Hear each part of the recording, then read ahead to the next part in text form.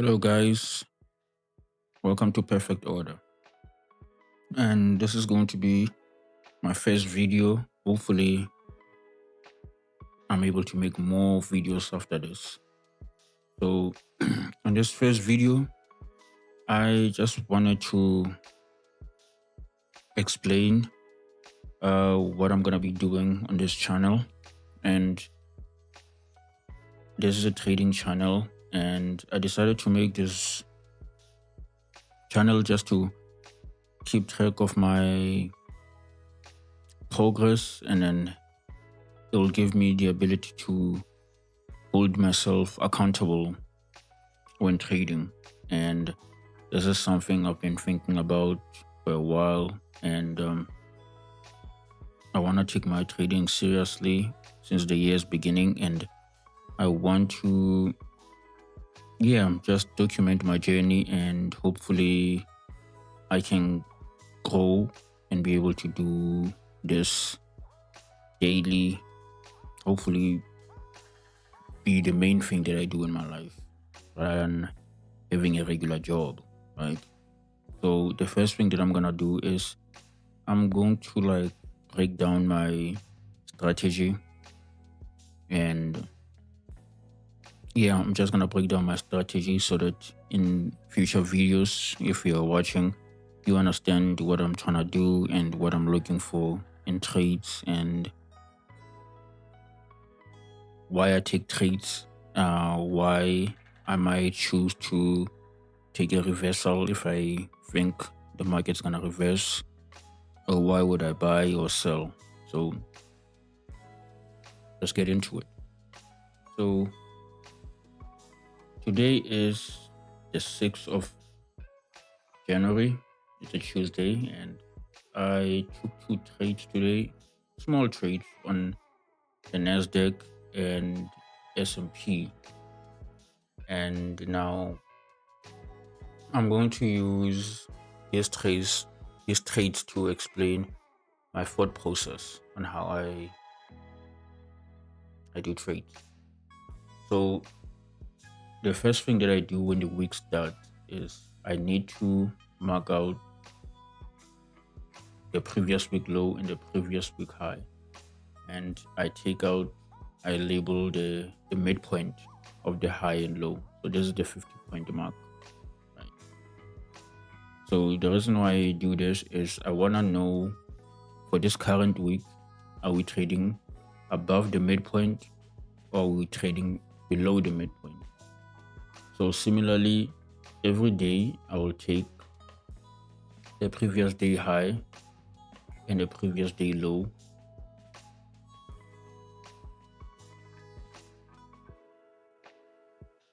like this, and I'll mark it out. So for that current day, I would want to know, are we trading above yesterday's high, above the midpoint, or below the midpoint? So that will give me an idea whether the market is going to reverse for that day, or the market is gonna go up for that day. And if I think that the market's gonna go up on that day, that means when New York comes, 9 o'clock, I'm in South Africa, so probably it's around 4 to 5. I'll be looking for a pullback into continuation. So I'm expecting a continuation during New York. I'm not trying to do anything fancy, looking for fair value gaps or anything like that. I'm just looking for a pullback into the moving average or into support or resistance, and placing a trade around a region. I have a region in which it is acceptable to place a trade. If we go past that region, then I won't place a trade. So there's a couple of things that I use in order to determine whether I'm bullish or I'm bearish.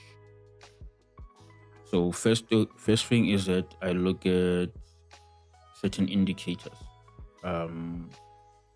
macro indicators. So I have a scoring table where I go through S&P, Nasdaq, gold, silver, and natural gas. I just like trading this one for fun because it trends. I like things that trend. I don't like things that jump a lot. I just like things that go in one direction for months and months or for weeks and weeks. And so what I do is I go through this checklist. Like for the S&P, I look at the trend of the 10-year yield past 12 months, past 12 weeks, and check whether is it going up or is it going down. Then I put a score on it. I look at CPI 6 months. Is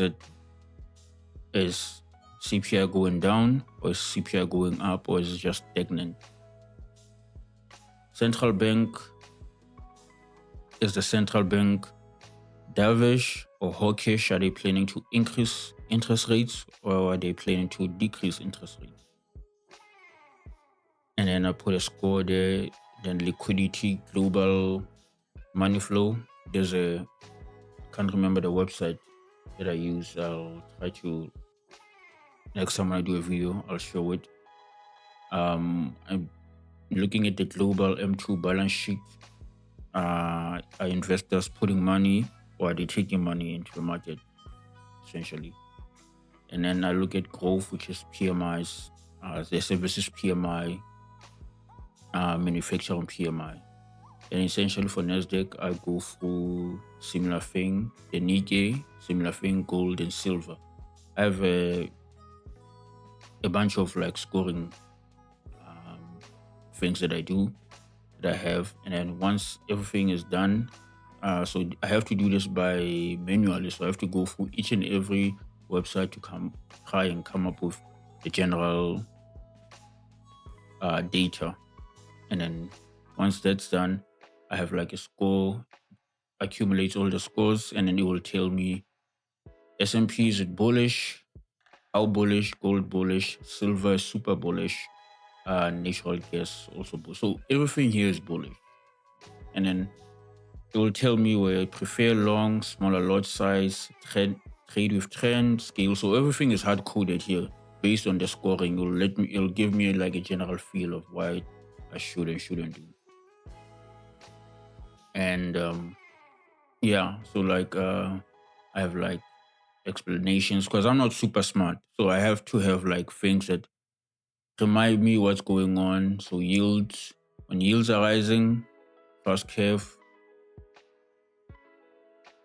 I like to have definitions of things, of why things happen the way they are, explaining my scoring and all that. And if you want to create something like this, you can just put it into ChatGPT or any other Gemini, and then give it inputs, and then ask it to generate something like this for you. Based on your parameters, you can switch this over and over depending on what you are looking for. So this is like a macro view, so long-term view. So I know that I'm super bullish on something, or I am bearish on something based on the scoring. So this is for long-term view. So these things, they don't change on a weekly basis. They mostly change over like monthly basis, because when you get new data points and stuff like that. So currently right now I'm bullish S&P, Nasdaq, Nikkei, silver, gold, and natural gas, because these are the things that I like to trade because they trend a lot. And I don't like looking at multiple stuff like currencies. There's too many combinations for me to trade there. So I prefer to keep it simple. And I know that when S&P is bullish, most probably Nasdaq and Nikkei are bullish. When gold is bullish, most probably silver is also bullish. So I like to trade in the same direction. And another thing is, there's always there's one that's leading, like Nasdaq might be leading, because it moves so much, and then S&P might be lagging.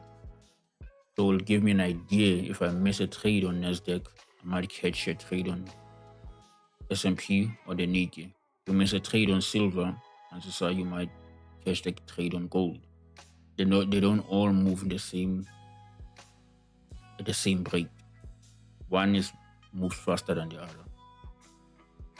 The general idea. That's like my macro view on things. So now, when it comes to actually putting in trades, I have an indicator here that I created using PineView. So this indicator checks 4 things for me.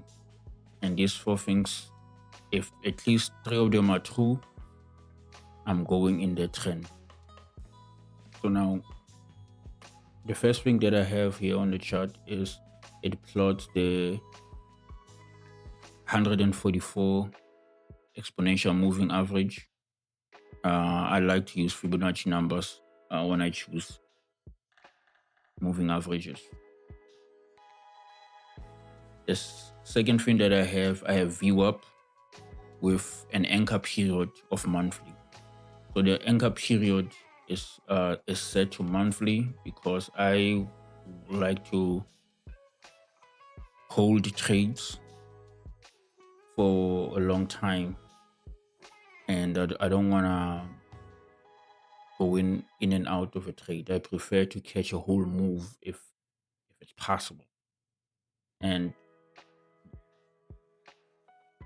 VWAP helps me to actually capture the whole move because I'm looking for things that will enable me to get the results that I want.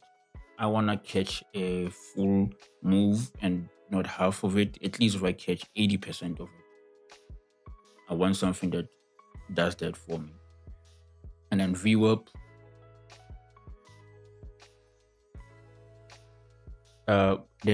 if it's the anchor period is monthly, you basically know that when prices starts to move away from VWAP, chances are that's going to be a bullish month. If it moves away up, chances are it's going to be a bullish month. If it moves away down, chances are it's going to be a bearish month. So the first couple of days when the month starts are very important. It decides whether I'm going to be bullish or bearish that month. Another thing that I have cumulative delta with 144 EMA also on it. So the general idea here, when cumulative delta is below the moving average, chances are we're in a downtrend. So now I'm looking at 2 things when I'm looking at cumulative delta. I have like the slope here. So this cumulative delta, I also created it. I modified the cumulative delta indicator that you find here on TradingView. Modified it so that it tells me the slope. What that means is I want to know if whether this thing is looking down and how long it has been looking down. So if the past 60 candles this thing is looking down, I'm bearish because I know that the trend is down. So as long as cumulative delta is below the moving average, we're in a bearish market. The moment it moves above, we change from bearish market to a bullish market. So, and you know what cumulative, it tells you the amount of sellers and buyers at a particular time in the market. So if it's going down, it means there's more sellers than buyers. If it's going up, it means there's more buyers than sellers. That's what it's telling me. So how do I use it? So now you see here I have like a scoreboard here which checks everything. So if price is above the VWAP, that's bullish indicator. If price is above the moving average, that's a bullish indicator. If the slope of this moving average on the chart is also looking up, that's a bullish. If cumulative delta is above the EMA, uptrend. So you can see right now, everything here is ticked. That means we are in a heavy uptrend. Right. So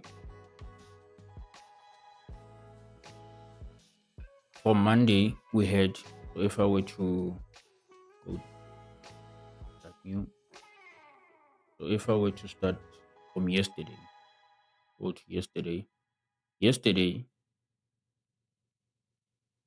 before New York, we only had two, so it was half and half. Right. Cumulative delta is below moving average. The slope is looking down. So I'm not trading here because I don't know which side the market is going to be. But I always have more weight on price being above the VWAP. If price is above VWAP, chances are this is going to change from being neutral to bullish. So that's one thing. So I'm preparing to be bullish when this is happening. So when you let it run, what's going to happen is when this happens, we had 2 points, 2 bearish. So now we're moving from bearish to bullish. So when this happens, I'm just waiting for cumulative delta to give me a positive reading so that I'm 100% bullish on this. But I could have taken a trade on Monday, but I don't trade on Mondays because I don't have a positive record on Mondays when trading. So now when New York comes, so when New York came, if everything is aligned, I should expect a continuation during New York or cumulative delta jumping above the moving average to confirm this bullish bias, to turn this bullish bias into a strong upward trend. So around when New York came, that's what happened. New York came, everything became uptrend. So you could have waited for this during New York when it happened. And then when you went up, you could have made your money there.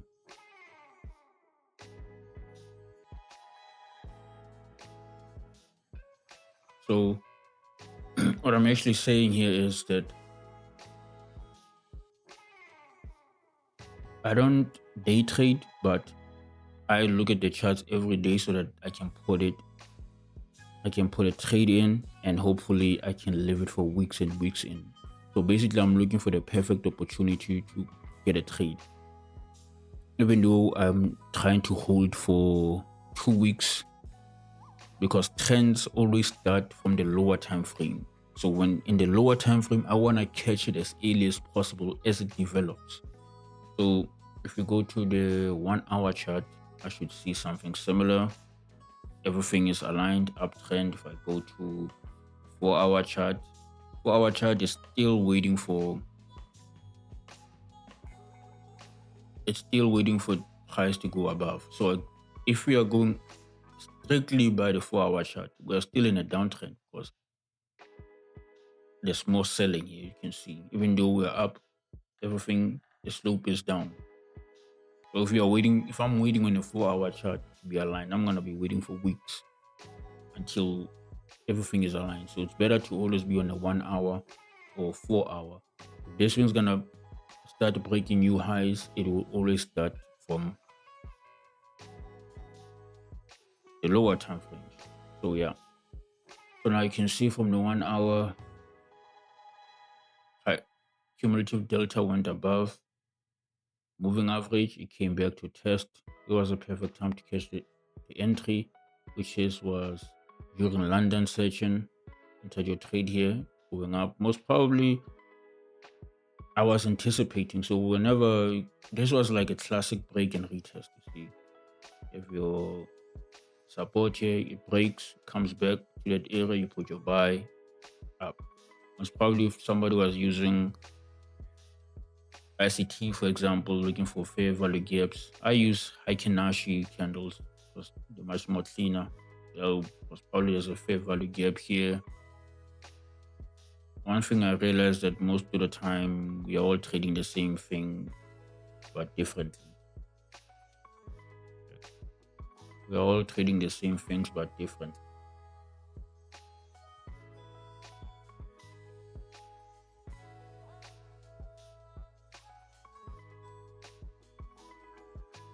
Fair value gap. Let me see.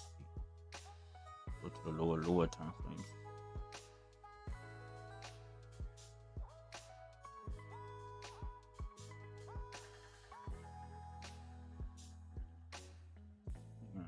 No, that's cool.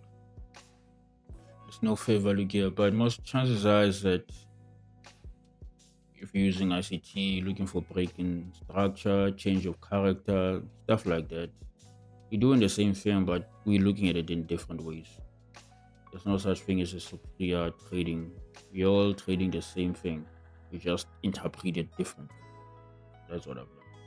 So in the 15-minute chart, you can see price is still going up, bullish. The day is about to end right now, 10 o'clock South African time. If I actually held my trades, I would have made more money. But now you can see on the S&P, we broke the previous week high. We're actually above previous week, which tells me if we stay above previous week high for the rest of the week, up until next week, I'll be bullish. But things haven't been super smooth for S&P. We are at all-time highs right now. Just now, if this and we think we broke it, are we on all-time highs? Let me just double check. Yep, we are.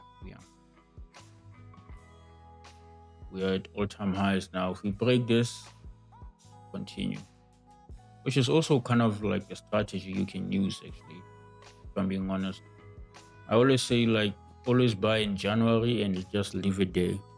You buy, January comes, you buy and just leave it there. It's only been like last year where prices S&P started going down in January, but most of the time in Jan, we go back to 2024,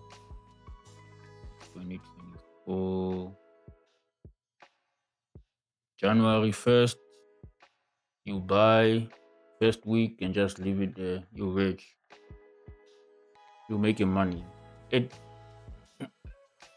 So if things are consistent, this thing, because companies generally over time they make money. Companies over time make money. So unless there's a crash like in 2002 after COVID, there was a reset. Unless this is happening, so as a trader, I think you're supposed to be looking at the news, reading the news. What are we in a reset? Which regime are we at? Are we in a reset? Are people optimistic or what? Which gives you like a general feel of things. I think when you're trading like things like stock, S&P, are people optimistic or is the reset? You'll get a general feel on the news whether you should be buying or selling. Because most of the time, the businesses just make money.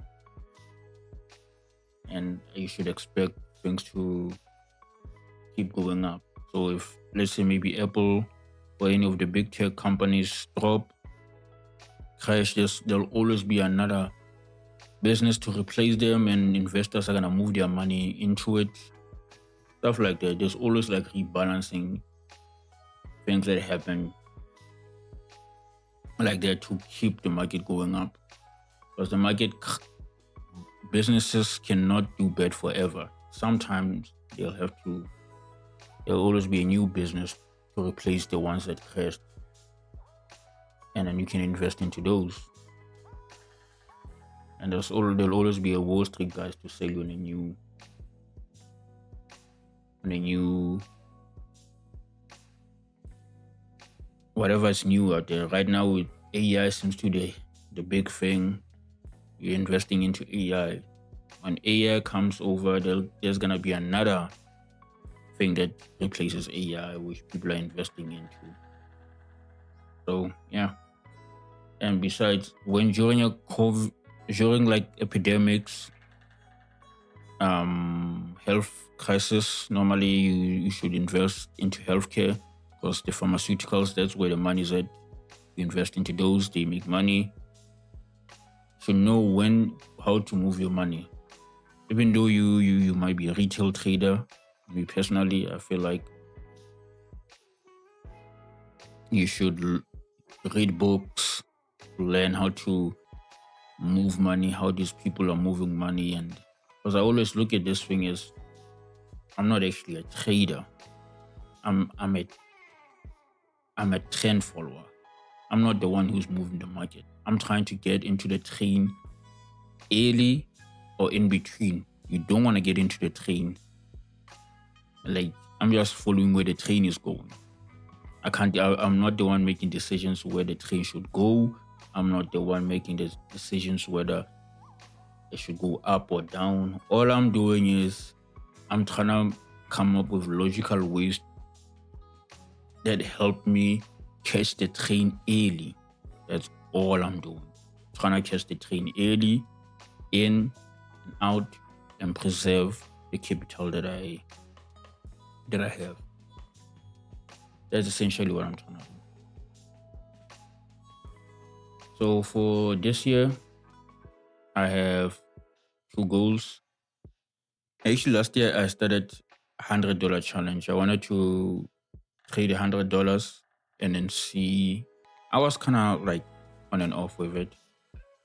But today I have $160. I think after today's trades I'm up.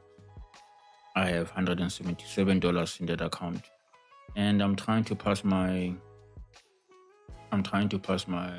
prop firm challenge. So today I'm up $4, but you can see I haven't been trading consistently. It's been going up and down. It's fine though. But since it's January, I'm trading as little as possible until I get a general feel of where the market is going. So since I've explained what I'm looking for, seems pretty obvious, simple. And remember, this is not financial advice. This is just me fleshing out my ideas. If you like them, if you don't like them, you can leave a dislike. If you want to teach me something, you can leave a comment and teach me something. Because I'm trying to learn. We're all trying to learn here. Nobody's perfect. That's why we have the internet. We teach each other. So yeah. So as you can see, I'm bullish S&P. I'm bullish Nasdaq. That's also my trade today. And I'm bullish the Nikkei, but I didn't place a trade on the Nikkei today because the conditions that are not met, and by the time New York came, we were trading below yesterday's high, but we are way above previous week's high. So I'm just waiting for it. It generally likes to range before it goes up. The Nikkei, it goes up and then it ranges for a while. See, like here, it ranges and then it goes up. So I'm waiting on everything to be on the upside, and then I'll consider it. Silver, everything bullish, but could have made a trade today, but there was no opportunity during New York. As you can see, during New York, it did not go up, and I'm just waiting for people to take profits and for it to come back for a retest. Similar with gold, I think it's a similar idea. I'm waiting for it to go down. I'll see whether I'm buying or not. Bitcoin is actually at VWAP right now. Actually a perfect chance to. It is gonna go up, for sure. But it's been up since last week. But I don't generally trade Bitcoin like that. But essentially, not a lot of people like to buy. Like you see, stagnant, dip was a good buy opportunity there, but fine. For the crypto geeks out there, have fun. So here we're in an uptrend, but looking for pullback. So the reason why I made this thing, like it tells me what I should and shouldn't do. Like you see right now, if like in this condition you have prices above VWAP and prices above and cumulative deltas above thing. So this is a what you call a pullback. You see, we're in an uptrend, but we have a pullback happening. That's why this is a pullback. And then if you buy here, you wait. You wait for these ones to change positive, but you want to get in early, you can get in early like this. So it tells me, so this thing, I made it so that it tells me which condition. I don't want to think a lot. I just want to look at something and tells me uptrend might be a pullback. Natural gas didn't do much today. Too. And then, yeah. And the last thing that I want to say, so another thing that I look at the DXY, whether it's going up, whether it's trending up or it's trending low. So over the past 12 weeks, so currently it's in a downtrend because it's below the middle point of the high and low of the 4 weeks. If it's in a downtrend, chances are it's a point to being bullish stocks, whatever. And another thing that I look at